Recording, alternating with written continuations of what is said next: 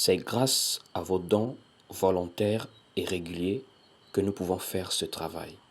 Merci à tous.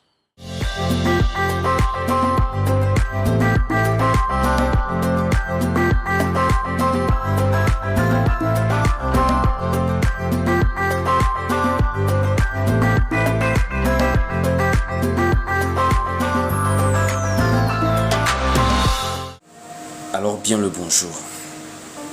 Si c'est la première fois, je vous invite déjà à vous abonner, voilà, à prendre votre Bible, votre bloc-notes et votre stylo. Certainement vous allez noter des choses ou encore des versets.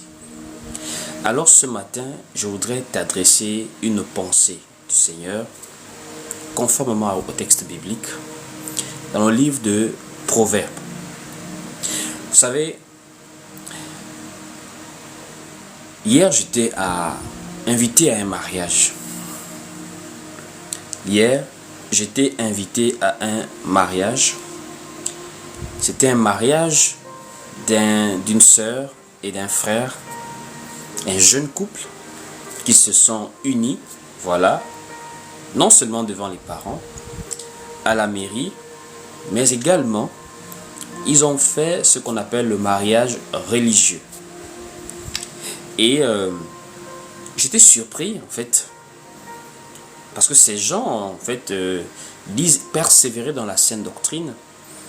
J'étais surpris, en fait, du cadre dans lequel ils ont décidé d'aller s'unir en dehors des parents. Non seulement à la mairie, ça c'est tout à fait normal parce qu'on officialise devant les autorités l'union qu'on a faite devant les parents, mais ils sont aussi arrivés à l'église, entre griffes, devant le pasteur ou encore devant les responsables de l'église. Et ils ont fait toute une autre cérémonie encore, pour juste encore confirmer le mariage, maintenant dans le cadre religieux, sinon on va dire spirituel. Alors, c'est bien de se marier. Mais est-ce que nous devons nous marier de manière conforme au siècle présent ou nous devons nous marier conformément aux Saintes Écritures? Parce que je vous rappelle que notre Dieu est le même hier, aujourd'hui et éternellement. La parole de Dieu ne change pas. Voici pourquoi Dieu lui-même aussi, il ne change pas. Parce que Dieu, c'est la parole. Mais les temps peuvent changer. Les époques peuvent évoluer. Est-ce que nous devons nous conformer aux époques telles qu'elles évoluent? Ça veut dire peut-être dans 10 ans, dans 20 ans, dans 30 ans, les choses, la vie sera différente. Est-ce que nous devrions maintenant à cette époque nous conformer? Je vous signale que par rapport aux mœurs, plus les temps évoluent, plus les mœurs, les mentalités également évoluent. Il y a des choses qu'on ne voyait pas, qui étaient inacceptables il y a encore 50 ans, mais qu'aujourd'hui ça devient totalement banal, acceptable. Alors, pour nous qui sommes enfants de Dieu, nous comprenons que la parole de Dieu nous amène à ne pas aller au-delà de ce que nous avons comme fondement, à ne pas dépasser ce qui est écrit, à ne pas nous conformer au siècle présent, l'époque dans laquelle nous vivons. Le livre de Proverbes, chapitre 22, au verset 28, donne un bel exemple. Prenons Proverbes, chapitre 22, au verset 28. Il est écrit ici, dans Proverbes 22, au verset 28. Ne déplace pas la borne ancienne que tes pères ont posée. Proverbes, chapitre 22, au verset 28. On dit ici, ne déplace pas la borne ancienne que tes pères ont posée. Ici, nous comprenons très bien qu'il y a déjà eu une borne. Une borne, c'est comme on peut parler des limites qui ont été établies, des bases qui ont été établies. On peut comprendre également par là un fondement sur lequel nous sommes déjà bâtis. Et cela va dans la même pensée du livre de Éphésiens chapitre 2 verset 20.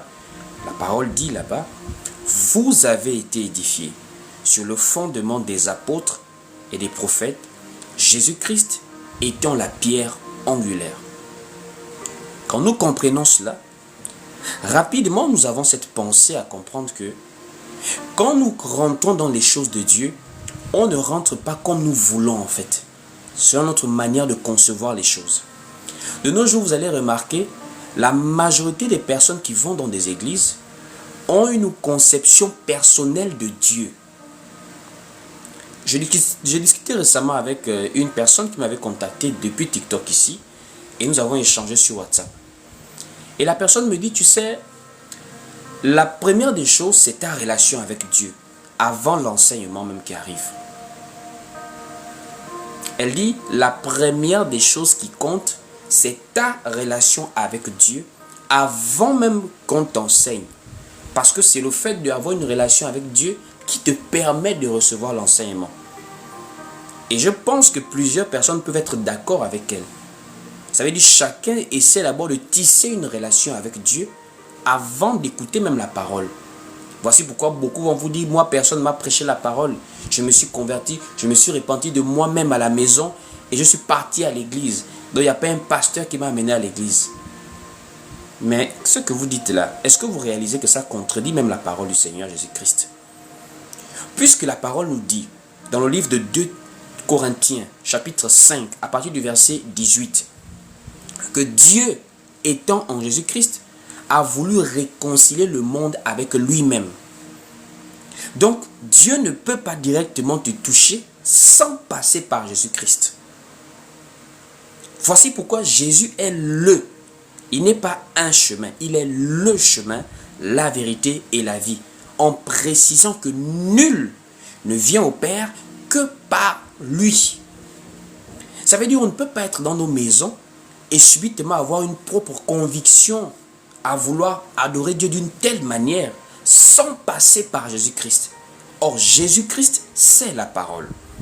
Voici pourquoi le livre de Romains, chapitre 10, au verset 17 nous dit, « Et la foi vient de ce que l'on entend, et ce que l'on entend vient de la parole de Christ. » Voici pourquoi vous allez remarquer les exemples de repentance dans la Bible. Ce sont des repentances qui sont suite à une révélation du Seigneur, suite à la parole du Seigneur. Regardez par exemple dans Actes chapitre 2, au verset 42, à partir même du verset 37. Dans Actes chapitre 2, souvenez-vous que c'est le jour de la Pentecôte. Et le jour de la Pentecôte, l'apôtre Pierre, accompagné des 11 autres apôtres, avait prêché la parole. Et c'est suite à la prédication de l'apôtre Pierre, au verset 37 de Actes chapitre 2, nous voyons comment des gens ont dit, « Hommes, frères, que ferons-nous » Et pourtant, à la base, c'était des hommes pieux, ces personnes. Le livre de Actes chapitre 2, à partir du verset 5, la parole nous dit qu'à Jérusalem, en ce temps-là, il y avait des hommes pieux, des juifs même. Donc, comment quelqu'un de pieux va encore demander que faut-il faire par rapport à Dieu? C'est parce qu'en réalité, Dieu n'est pas dans le désordre où chacun de nous le comprend à sa manière.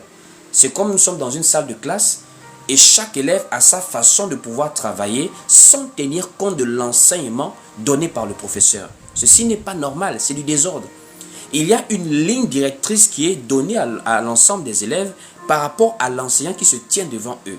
C'est comme pour le corps de Christ. Nous marchons selon la ligne directrice, selon la doctrine que le Seigneur nous a donnée. Quand on comprend cela, nous comprenons qu'on ne peut pas se repentir soi-même. Pour se repentir, il faut que Dieu nous ait attirés à lui par la parole de Jésus-Christ. Et la parole de Jésus-Christ, c'est la sainte doctrine qui a été enseignée par les apôtres.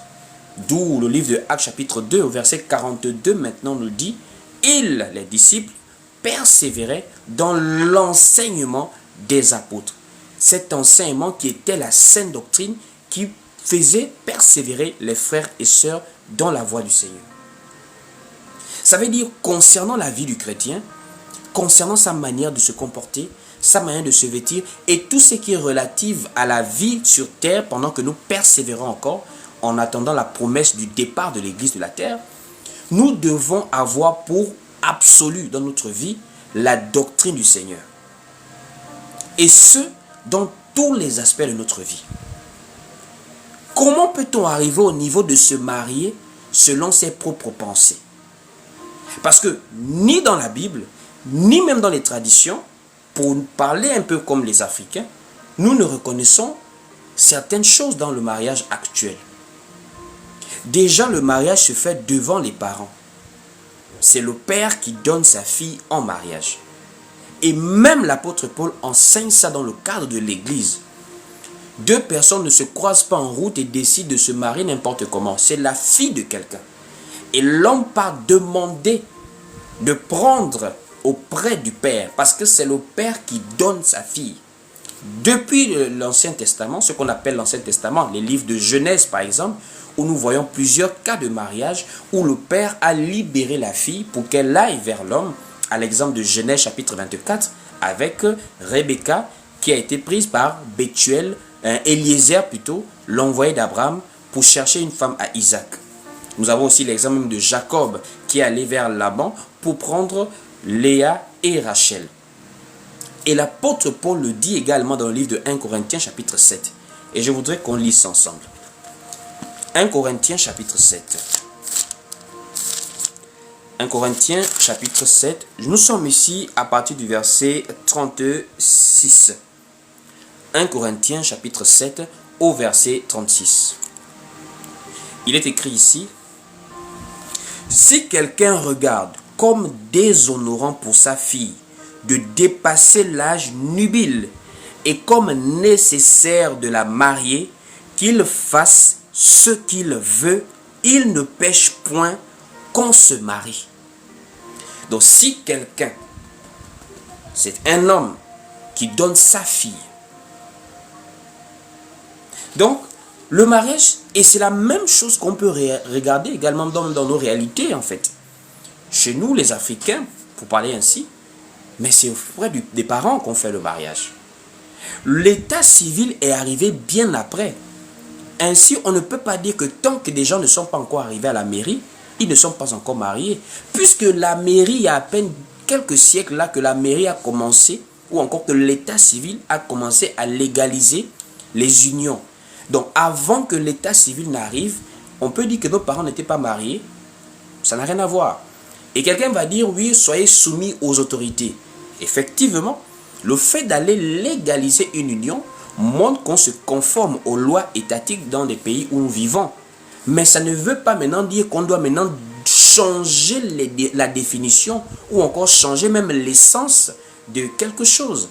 Quand on parle du mariage, ça n'a absolument rien à voir du fait d'aller se mettre devant un maire et que c'est lui qui nous déclare mari et femme. Le maire n'a aucune autorité pour déclarer quelqu'un mari ou femme de quelqu'un. Le maire a l'autorité d'officialiser de manière légale une union qui a été contractée entre un homme et une femme devant les familles. Donc ce qui est étrange, c'est que nous voyons des chrétiens vraiment aller dire qu'ils vont se marier à l'état civil.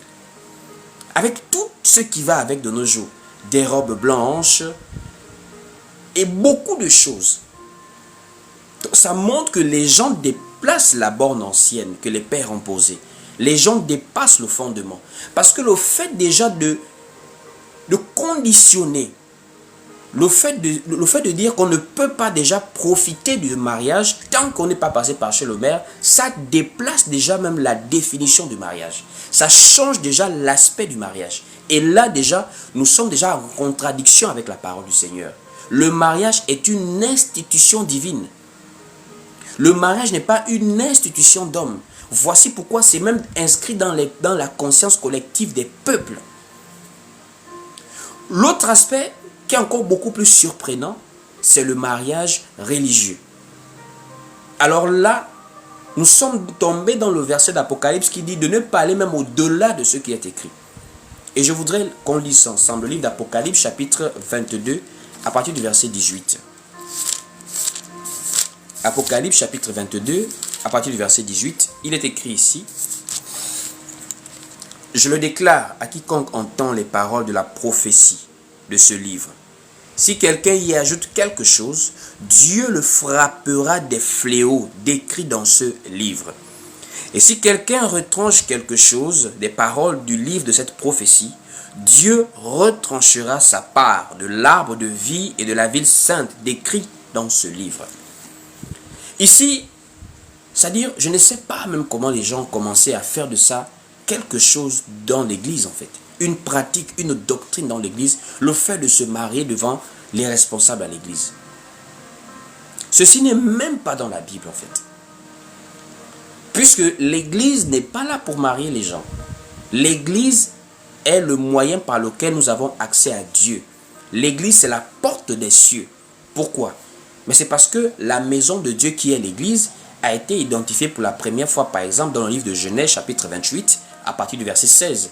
Et Jacob pouvait dire, c'est ici la maison de Dieu, c'est ici la porte des cieux. Et la même maison de Dieu, l'apôtre Paul va encore l'identifier dans le livre de 1 Timothée, chapitre 3, du verset 14 à 15. Et cette maison de Dieu, qui est la porte des cieux, c'est l'église. Donc quand nous sommes à l'église, quand nous disons que nous sommes église, nous sommes des personnes qui avons accès à la grâce, à l'éternité, par le moyen de la parole de Jésus-Christ.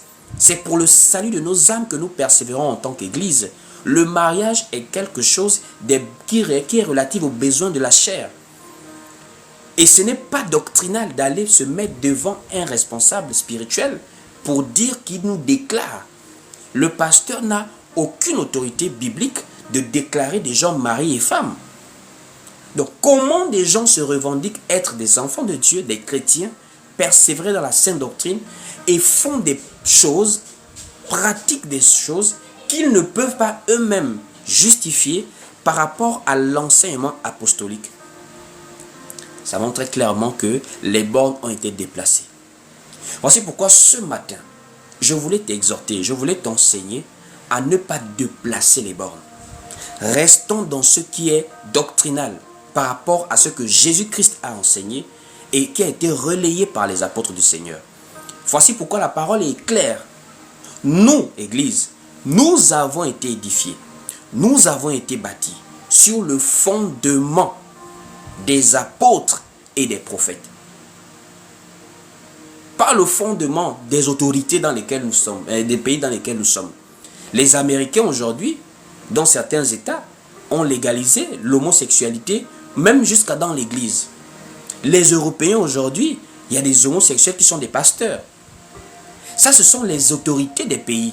Donc si nous commençons à nous conformer à ces règles-là, on finira un jour par ne plus à nous appeler Église. Voici pourquoi l'Église ne peut pas se conformer au siècle présent. Mais l'Église doit toujours être conduite par le renouvellement de l'intelligence qui nous vient de l'Esprit de Dieu, qui nous conduit dans la vérité.